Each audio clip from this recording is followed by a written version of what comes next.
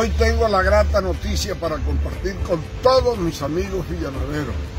Estamos haciendo entrega oficial de 340 computadores para fortalecer la educación en nuestro municipio.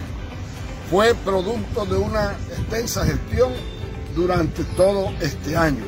Hoy, gracias a Dios y gracias a la voluntad de la TIC, estamos haciendo entrega de eso. Como dije anteriormente, estamos con eso cumpliéndole a los estudiantes villanueveros, porque hemos tenido en cuenta los diferentes colegios para que ellos puedan tener acceso a estos computadores gratis para cada uno de ellos.